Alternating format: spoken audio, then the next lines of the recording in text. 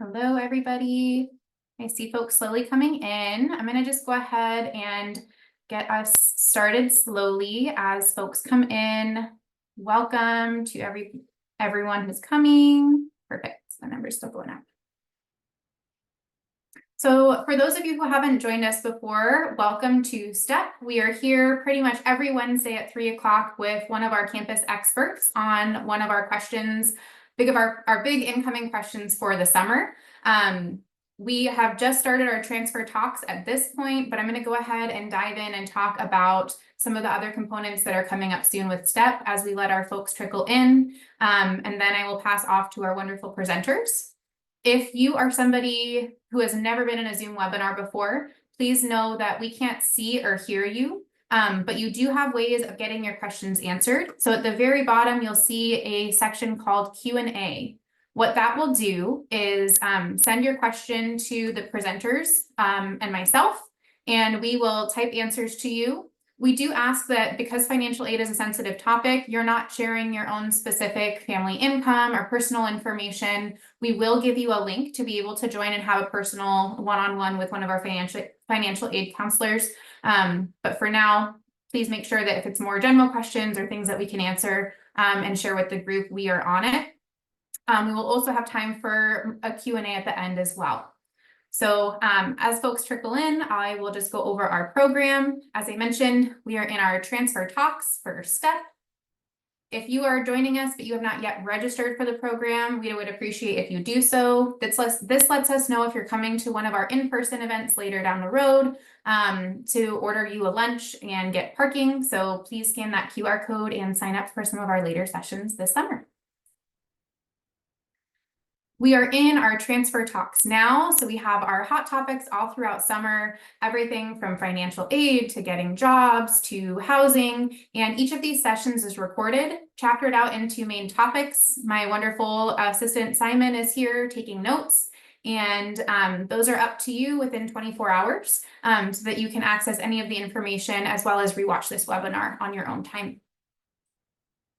Today's topic is going to be financial aid and getting prepared for this incoming year. So thank you for joining us. We know this has been a really hot topic and a spicy year for financial aid as a whole. So I know a lot of questions are coming in and hopefully we can get those answered today.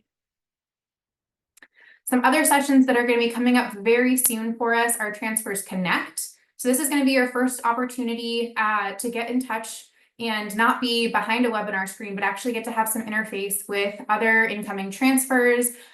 We'll have a few at the beginning that are going to be based off of identity for our military connected students, our first gen students, students with dependents or student parents. And then later we'll be connecting based off topic and help you register for classes, learn how to connect with mentors on campus and more.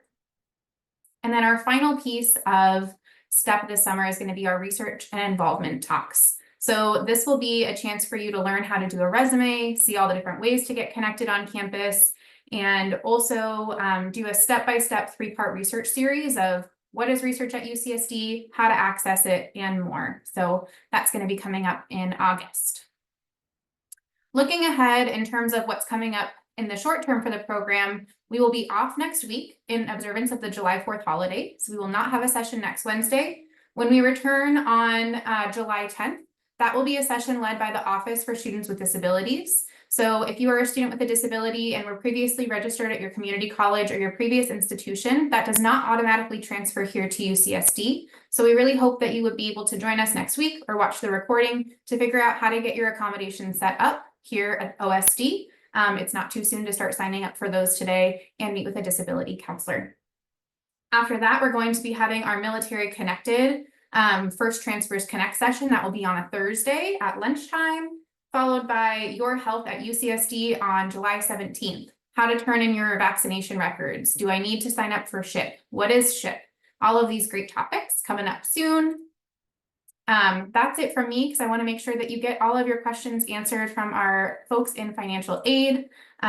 Here again is our QR code and then as well as our website. So you're welcome to check out things there and meet our peer coaches. I'm going to go ahead and stop sharing my screen so that I can pass off to Julie will be presenting on financial aid, and she is one of our wonderful financial aid counselors here at UCSD. Thank you so much, Julie. For next year. Assuming you guys have already so that's the first step. How financial aid is going to work. This is just a little bit of a guideline showing you what's going to happen as far as your count is concerned. Typically, about several weeks before classes start, you're going to get a billing statement letting you know what your charges are going to be each quarter. So at UCSD, we are a quarterly system. So you're going to be billed for fall, for winter, and for spring. And UCSD, the charges are possibly going to be a little bit different than maybe your previous school was, because UCSD charges a flat rate. Whether we have you taking one class or whether we have you taking 3, 4, 5 classes per quarter, you are charged a flat rate. So you're going to see your billing statement a couple weeks prior to when your classes start. You're also then going to receive a financial aid estimate showing you the aid that you're going to have that's going to pay towards the bill that you owe. After you get that estimate, then a week or so later, like right before classes start, your financial aid is actually dispersed. Every student is given a student account. So your financial aid pays always directly into that student account first. If at that time, after your tuition and fees, maybe possibly housing, are paid in full, then you are given a refund of any funds that are left over after your fees are paid. Students are required to pay that. If you don't have enough aid to pay the balance, then you are required to pay that remaining balance by the fee deadline. If you don't pay the balance by the fee deadline, typically there is a late fee. That fee is about $25. Then after the late fee deadline, there is the drop date. So that is the date that you're given. That's a hard deadline that if you do not have your fees paid in full by the drop date, you do get dropped from your classes. Unfortunately, you would have to go through the whole process of re-enrolling, possibly getting put back on wait lists, etc. Okay, so as far as the enrollment timeline is concerned, students are encouraged to enroll full-time each quarter. And full-time means 12 or more units. Enrollment is very important and it does matter. So if you're enrolled in at least 12 or more units, you will be considered for all of your aid, because you do have grants such as the Cal Grant, the Middle Class Scholarship, and your federal Pell Grant. And those are prorated based on the number of units that you're enrolled in. So if for a quarter, you are only enrolled in 6 units, you will still be charged as a full-time student at UCSD, but your aid will be prorated and you might only get half of your aid because you're only enrolled in 6 or less than 12 units. We do not see waitlisted classes. So hypothetically, if you're enrolled in 12 units, but you're waitlisted for one of them, your aid is only ever going to pay out based on the classes that you're actually enrolled in. Timing does matter, so it is very important to know that you will only receive aid for the units that you are enrolled in by the second Friday of each quarter, because that's a freeze deadline. Basically, we're only able to pay your aid up until that deadline. So if you only have 6 units prior to that deadline, you're only going to get half of your grants. If you enroll after that deadline, you're not going to get any more grants. Okay. It's important that you log into your My Triton link, because your My Triton link is going to be the best way that we are going to communicate with you. You are going to get an email letting you know that you have been given your official award letter. More than likely, most of you have already received your college financing plan, and that's an estimate of the aid that you're eligible for. We are going to send out your college or your official award letters mid to late summer. And at that point, you'll get the email, you'll log into your My Triton link, and what you need to do is you need to go in and accept your award letter. Your financial aid offer is going to include grants as well as loans, as well as work study, as well as any other scholarships that you might be eligible for. Our university, we will always automatically accept those grants for you, but it will be up to you to go in and complete if you want to accept the loans and or work study, and then any additional documents that might be needed from you for that loan to actually pay into your account. We anticipate to send out all award letters for the fall by the end of August. One deadline that you do want to pay attention to is the document deadline, though. So for those of you who've already submitted your FAFSA, we do have a document deadline of July 1st for incoming new or transfer students. So if you do need to submit any additional documentation, maybe your FAFSA, you were selected randomly by the Department of Education to complete verification, you might need to submit a couple documents. That will also be on your My Triton link under the financial aid section under the required tasks and documents. Anything that you see under that required tasks and documents section is something that you absolutely must do before your aid will pay. There is also an important information section. That stuff is technically not required. However, it's also extremely important information that you're going to want to look through. You always want to make sure that you do go in and accept your offer before the fee deadline. And if you do choose to borrow any loans, please note that it typically takes about a week from the date that you actually accept your loans and complete all necessary documents before the loan will actually physically pay into your student account. So again, we want to make sure that all required documents and tasks are completed by the document deadline of July 1st. And again, those show up at the top here under the required documents and tasks section. Again, if you do accept student loans, you will also need to complete additional documents such as the master promissory note and the entrance counseling. These are all requirements from the Department of Education and their acknowledgments between you and the Department of Ed, understanding that you're borrowing a student loan and you understand in the future you will have to pay it back. Additional stuff under the important information is going to be the direct deposit form. And that direct deposit form will come in handy should you have all of your aid pay into your student account. Once it pays off your bill, then you would get the refund of anything extra. And if you have the direct deposit account, it comes back to you much faster and directly into your bank. There is also a consent to release financial aid form that we highly recommend that you complete if you allow us to speak to anybody else who wants information about your account. Mom, dad, aunt, uncle, whoever you allow us to talk to and give information about your account, you will need to have on that form. If they should call in the future and not be listed on that form, it's a federal regulation that we are not allowed to chat with them. It's to protect your privacy. So we would not be able to chat with them. Some really important stuff is the gift aid, and I'm sure that's what all of you want to see and hear about, is the free money, and that's the money that you don't have to pay back. That gift aid can consist of the federal Pell Grant, the Cal Grant, the middle class scholarship. But again, those are three things that are going to be dependent on the number of units that you are enrolled in each quarter. Again, we will automatically accept all of these grants on your behalf and apply those towards your charges. Other gift aid could be considered the scholarships that you might be eligible for as well. Loans that we offer. So there are a couple different loans that we offer. One of them would be the subsidized loan, and that is the best one because that is one where you are not required to pay interest on it while you're in school. Technically, the interest will start accruing 6 months after you graduate whenever you do enter the repayment of the loan. And the interest rate will be at a 5.5% interest rate. The next loan is the unsubsidized loan. That is the loan where you might borrow $2,000 at the beginning of the year. However, that is going to be continuously accruing interest while you are enrolled in the school. Technically, though, you do not have to make any payments on that loan until 6 months after you graduate.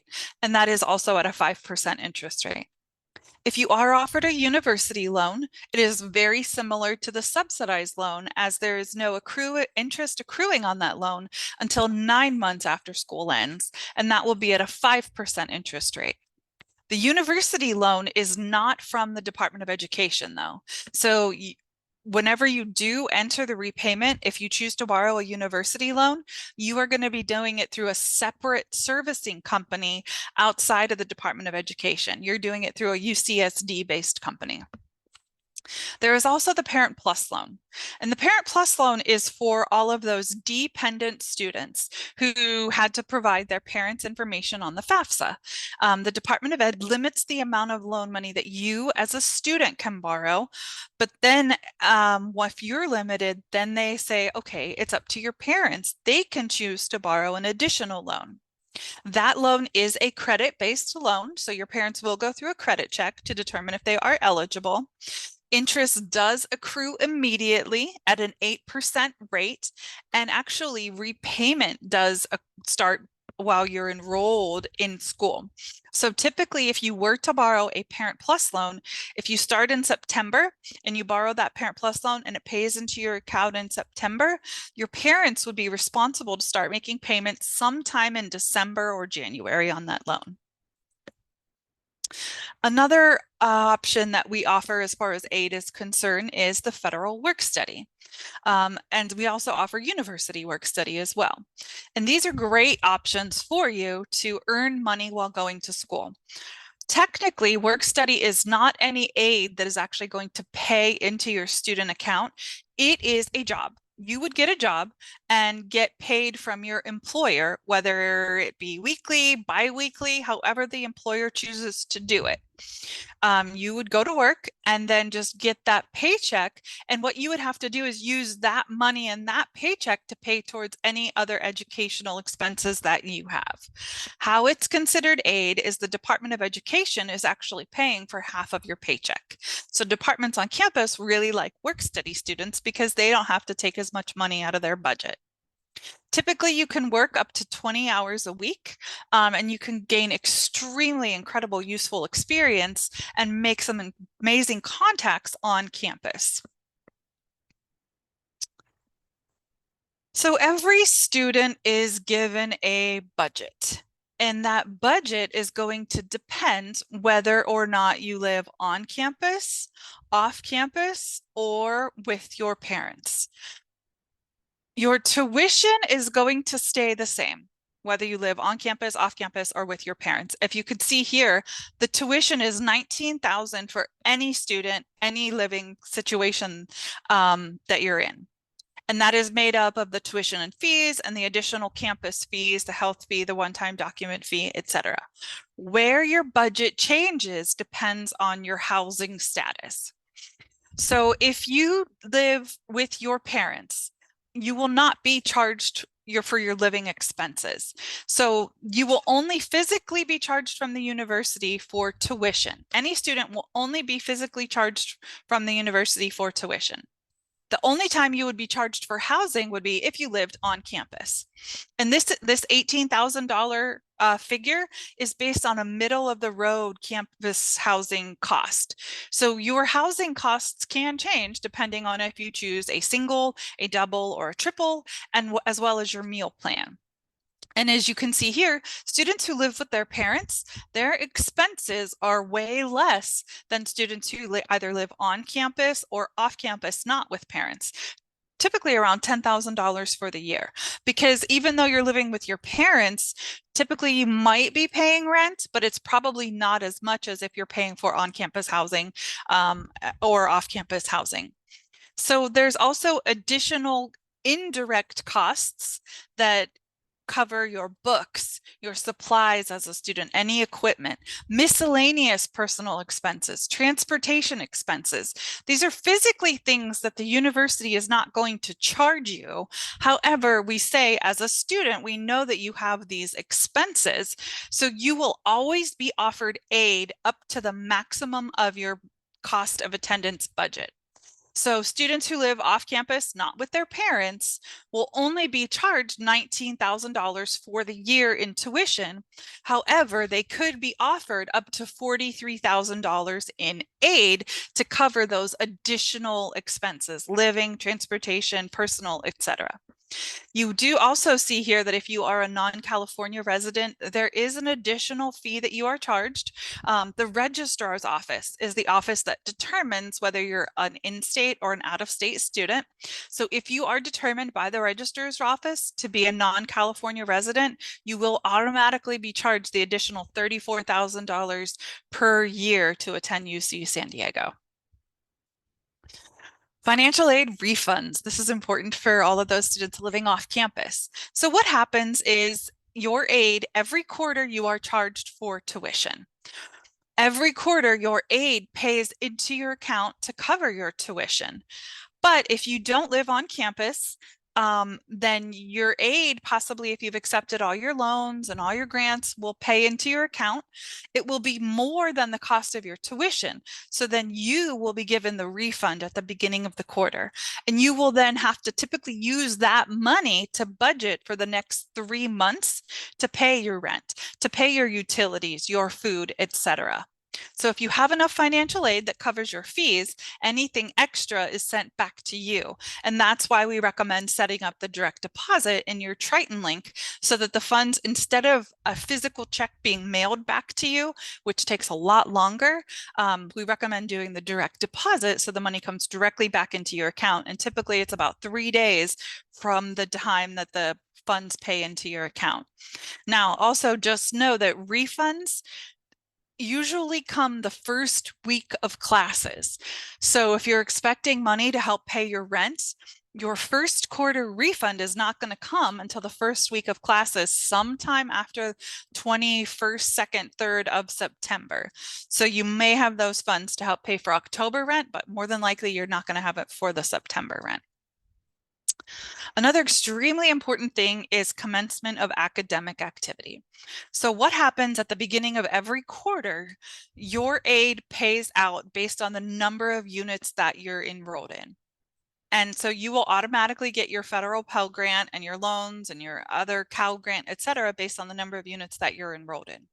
However, what the Department of Education requires us to do is to confirm that although you did actually enroll in those classes, you're actually sitting in and taking part in these classes. So your professors do need to certify that you are attending each class. So professors are all fully made aware of this. There is nothing that you as a student can do. The professors have to log online. Sometimes they create a survey, sometimes they create a questionnaire, and by you completing that, that checks off that you are attending and commencing academic activity. Professors do have to certify this by the Friday of the second Friday of each quarter. However, we are always willing to work with you. So if you've been attending a class and for whatever reason you failed to complete maybe the survey or the professors forgot to certify your attendance, you can always reach out to us at the financial aid office if you do see that we pulled back some of your aid. And if you do have proof from your professor, if they are able to log online and certify, then we can repay that money. So you have to actually sit in your classes to be able to keep the aid that paid for you at the beginning of the quarter. And if your professors don't certify that you sat in those classes, we do pull then back your some of your financial aid, which means that you would have to repay that money that you received that technically you're not eligible to keep. Satisfactory academic progress. This is also another really important thing. Satisfactory academic progress has to be met in 2 ways each year.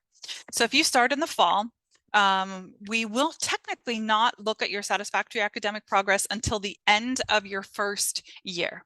So if let's say you don't have your first quarter, maybe you don't do so well, you're struggling to adjust and just figuring things out, but you really pick it up your winter and spring quarter, we won't evaluate your satisfactory academic progress until the end of your first year. To be meeting satisfactory academic progress requirements, students as an undergraduate have to maintain a 2.0 grade point average at the end of the year, as well as they have to be taking and completing classes at a rate to successfully graduate within 4 to 5 years. So if you, at the end of your first year, you fall below the 2.0 grade point minimum, or you for whatever reason you attempted a lot of classes but did not complete or pass a lot of those classes, you would fail to meet satisfactory academic progress requirements. And so at the end of your first year, then what we would do is you would lose eligibility for the following year. Please do not let this concern you, as it's very common for incoming students, for transfer students, because UC San Diego, it's on a quarterly system. It's quite different than semester systems. It's fairly common for students to not meet the requirements and have to appeal. You are able to appeal multiple times. However, each appeal, you must have a different reason for why you failed to meet it. So basically, you'll just have to tell the financial aid office what happened. Maybe you got COVID, maybe you were in a car accident, maybe you got sick. You have to tell us what happened, why you failed to meet the requirements, and what you've changed, what you're doing differently. Maybe you started tutoring, maybe you've met with an academic counselor. You'll just need to submit an appeal to us, it'll get processed, and then you can get aid back for that second year. There's also a max time frame. That's not as common, but it happens because the Department of Education says you can only get financial aid for up to 258 units. If you haven't received your degree by completing 258 units, technically you're not eligible for any more financial aid. But what you can do is, we do understand extenuating circumstances happen. You can also appeal and say what happened. You can let us know. Maybe I changed my major. Maybe somebody got sick. Maybe something happened. And then that is reviewed. And then again, you would lose aid originally for the next year once you hit that 258 unit mark. But then we will review your appeal. And then possibly once it's approved, you would get offered aid then for the following year. 25-26. Let's all cross our fingers and hope that the 25-26 year, as far as submitting that FAFSA, it'll be much smoother than the past 24-25 year was. Want to always be on the lookout for more updates about the 25-26 FAFSA and the California Dream Act application. Typically, it opens up in October. However, this year it was totally different because of all the changes that have been made from the Department of Education. So keep an eye out for that to open up in October. And again, please always feel comfortable to reach out to our financial aid office. Some other really important things to students are the appeals. So whenever you submitted your FAFSA, you used 2022 tax information. If for whatever reason the 2022 tax information does not match currently what your family's 2024 income is, maybe your parents lost their job, maybe you've lost your job, maybe your hours have decreased. If your information does not match, you are able to submit an appeal. And basically, you would have to just tell us and prove to us, this is what my income in 24 is going to be. You would have to provide documentation, and then we will review it to determine if we are able to provide you with any additional aid. Unfortunately, those appeals are not open as of yet, but we anticipate opening those up closer to the start of fall. There are also cost of attendance appeals as well as special circumstance appeals. And the cost of attendance appeals and the circumstance appeals, those also will be made available closer to the start of the fall quarter. So what we suggest is that you need to prepare to pay your fees with your original college financing plan information that you see here. And then once your appeal is processed, if you're eligible for additional aid, you could be reimbursed once that aid does pay. Several different ways to reach out to us. You can email finaid@ucsd.edu. You can always contact us via phone or our virtual counseling, or stop into the office. Virtual counseling and phones, I would say, are our best way to reach out to us, because virtual counseling, you can chat with a counselor just like this. You'll log into a Zoom, you'll be a one-on-one room, you can share your screen, they can take a look at everything you've got going on and counsel you as a one-on-one instead of you actually having to come into the office. It's a lot easier for you. to do the Zoom. If it's not, if you want to stop into the office, absolutely, you're welcome to do that as well. Please also visit our website as well as check us out on social media. We are on Instagram, we are on Facebook, Twitter. We have a lot of information that we share there, lots of stories, lots of just shout outs to our staff and our students and our work study students. We do have a lot of work study students in our office as well. Again, this is our website, fas.ucsd.edu, and our email address. I do believe in the future we are going to be transitioning from email over to the ticketing. It's called like SNOW, like ServiceNow ticketing. So to ask a question or submit an email, you're going to be submitting tickets. So in the future, just keep an eye out for that. That'll also be another way for you to contact us. So for now, I do believe that I would like to stop my screen share. Give me a moment while I figure that out. There we go. I'm going to send it back to Tessa. That was wonderful. Thank you. You stayed so calm as things didn't go right. So I applaud you. Those things stress me out. You did wonderful and you gave us so much great information. And we have quite a lot of folks here. So thank you so much for your great info. Of course, my pleasure. I have a few question themes that came up. We saw a lot of these. I saw that a lot of them were getting answered, but just figured it's easier to talk about them since we see a lot of folks asking the same thing.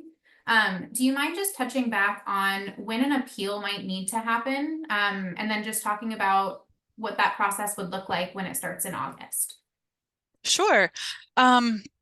So whenever we open those appeals up, any student at any time can go in and submit an appeal if they feel their situation warrants it. Please note at that time, should you submit an appeal, at that time, we're going to have an influx of possibly quite a few students submitting those appeals. So it might be a lengthy time before that appeal is processed. So it could happen before the end of the fall quarter. However, it could also happen middle of the winter quarter. And students actually, they don't know about the appeals. They don't find out about them later. They don't submit an appeal until March. You were able to submit an appeal up until May 15th of this past year for the last 22 or for the 23-24 award year. So you can submit an appeal at any time. Typical timeline processing is several weeks, but at the beginning of the year, it may take a lot longer just because of the influx of the appeals. And if you do end up, let's just say hypothetically, you were not offered any grants. So you are going to end up taking loans and paying out of pocket for the fall quarter. And then you submit an appeal, and based on your appeal, we determine this student is definitely eligible for additional aid. We can repackage you, and you could be given a reimbursement, or we could refund the loan to the lender so that in the future, you don't have to pay that loan back because technically you are eligible for the additional grant money. So at any time throughout the year, you can submit an appeal, and they will be processed. Thank you. Let's see. So you talked about a lot of things today. I think Pell Grant, Cal Grant, Blue and Gold Grant, all of these different things. Are those things that people need to apply for separately, or once they apply for FAFSA, would those be included? Fabulous question. Two things that I want to comment about that. By you submitting your FAFSA and or DREAM Act application, it's basically that one sole application that you need to do that gets everything started to determine what aid you are eligible for. However, specifically for transfer students, because you are coming from another entity, you want to double check with the California Student Aid Commission to confirm that if you plan to attend UC San Diego, make sure that you have UC San Diego listed as the school that you're attending. Otherwise, they may attempt to send your Cal Grant or your middle class scholarship to that other university. So you for sure do want to check to make sure that UC San Diego is listed on your Cal Grant application. But there is only one application, and that is the FAFSA or California DREAM Act application. I did also want to mention, thank you for bringing up that blue and gold question. The blue and gold opportunity is designed to pay for tuition and fees. So for those of you who are already offered the Cal grant, you will not also be offered the blue and gold grant, because the Cal grant and the blue and gold grant are specifically only designed to pay for tuition and fees, and you cannot get both. So it's not like you would be getting more money by adding on to that blue and gold if you do already have the Cal grant. Thank you. And I'm just gonna repeat back to make sure I'm understanding what you're saying. For the grants and things that were discussed in this session, if I filled out my FAFSA, that's what's gonna determine whether I get those. Correct. The information that you put on the FAFSA, your personal situation, your parents, investments, assets, etc. That FAFSA creates the student aid index, which is the number that the FAFSA says that you as a family can contribute towards your education. And then that is the number that the financial aid office uses to determine all aid that you could be eligible for. Awesome. Are there still other things that I could apply for, like scholarships or additional things on that end? Absolutely. So you being admitted to the university, our scholarships team actually used your application that you submitted to become a student to determine what, if any, scholarships, merit-based scholarships you may be eligible for. I do believe those have already been awarded. So if you have been made aware of those, you should have received an email letting you know about those. However, there's a ton of scholarships not associated with UC San Diego that all students are able to apply for.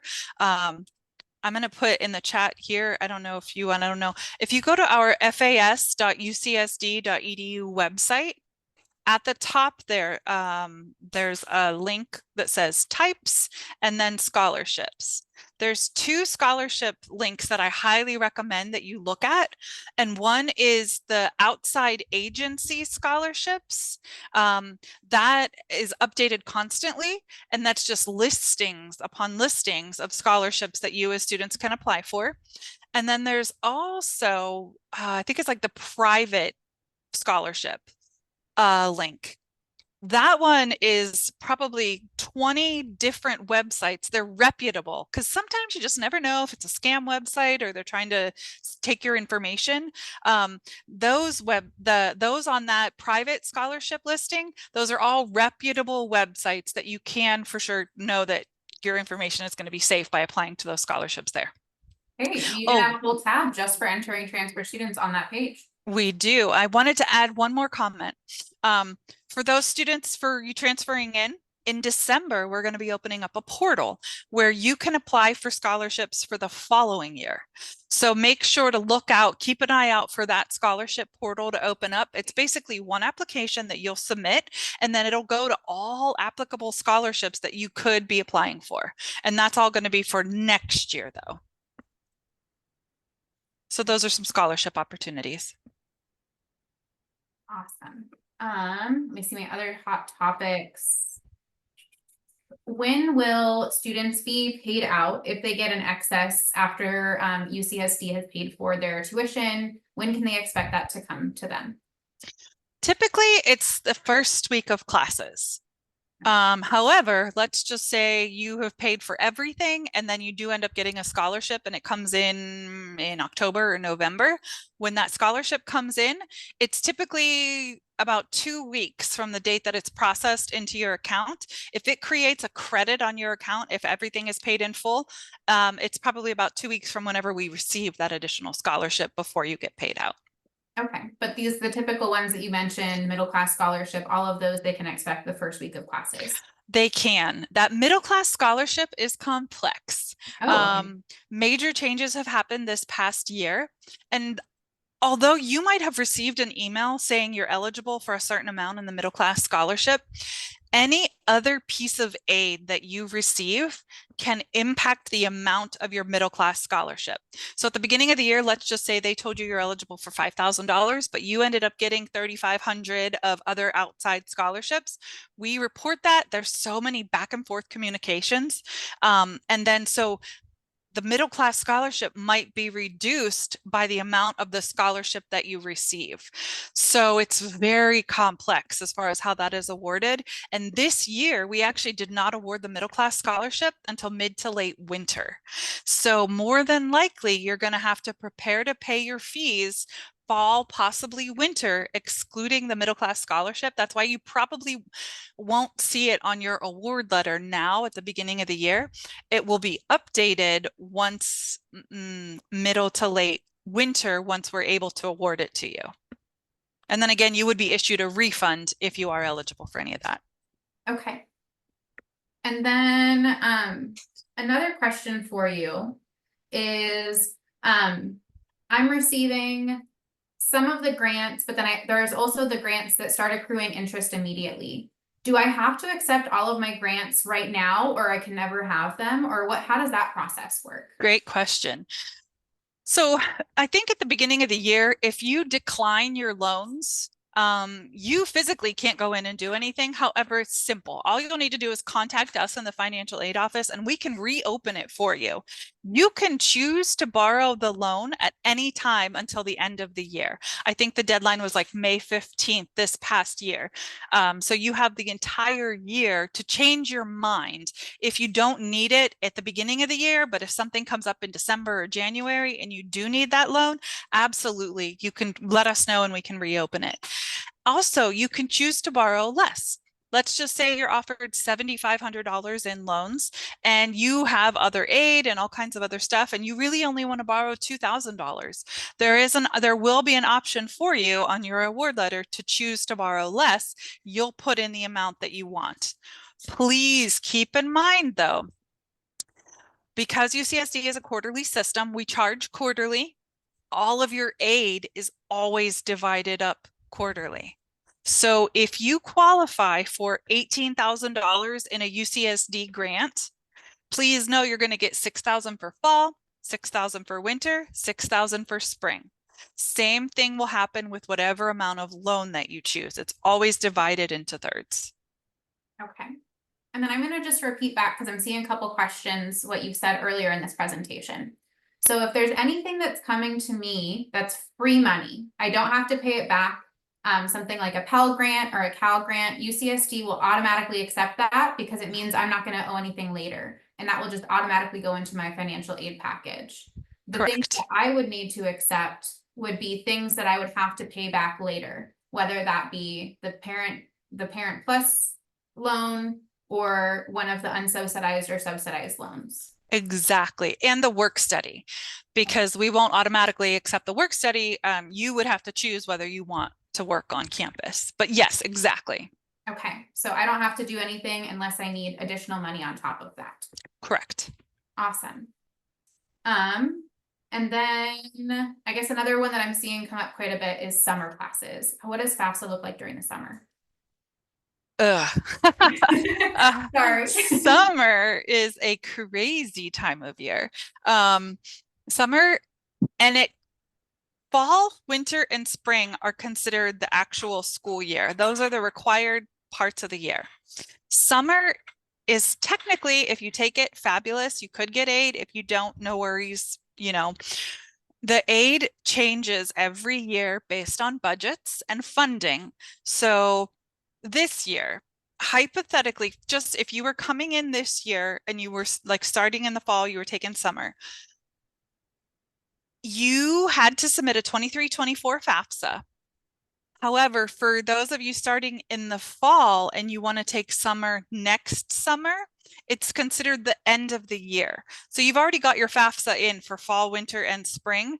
We will offer you aid in the summer based on the fall, winter, and spring.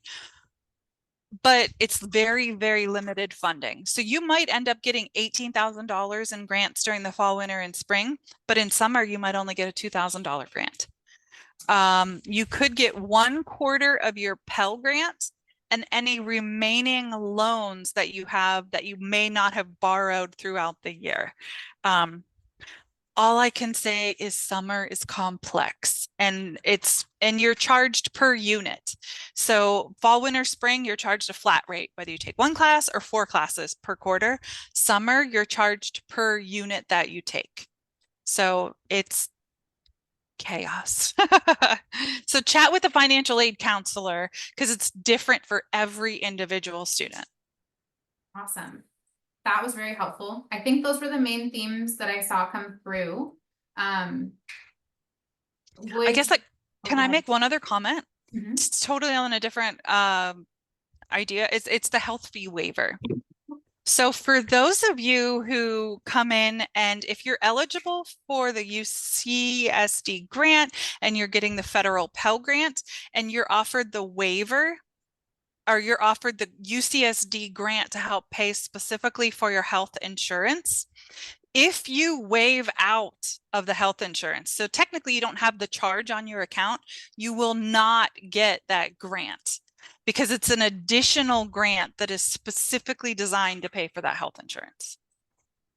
And so you'll be made aware if you are eligible for that grant. But if you do waive out of it and say you have your own external health insurance, you won't get that grant. I don't know if I caused more confusion or if I. No, that makes sense. The only clarification or the only question that we have here is UCSD health and HMO, or can you see your doctor? I don't think that any of us are equipped for that question, but we are having a July 17th session with all of the UCSD health providers, and they would be able to go in depth about that. And that's before you have to reject or accept SHIP. All right. I think that are my main questions. There's a few unanswered questions in the chat.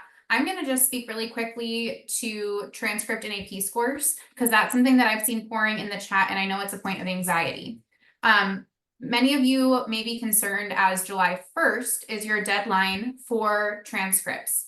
What that means is that by July 1st, you have taken action on your side to submit a transcript, an AP test, an IB score. That means that you've submitted it.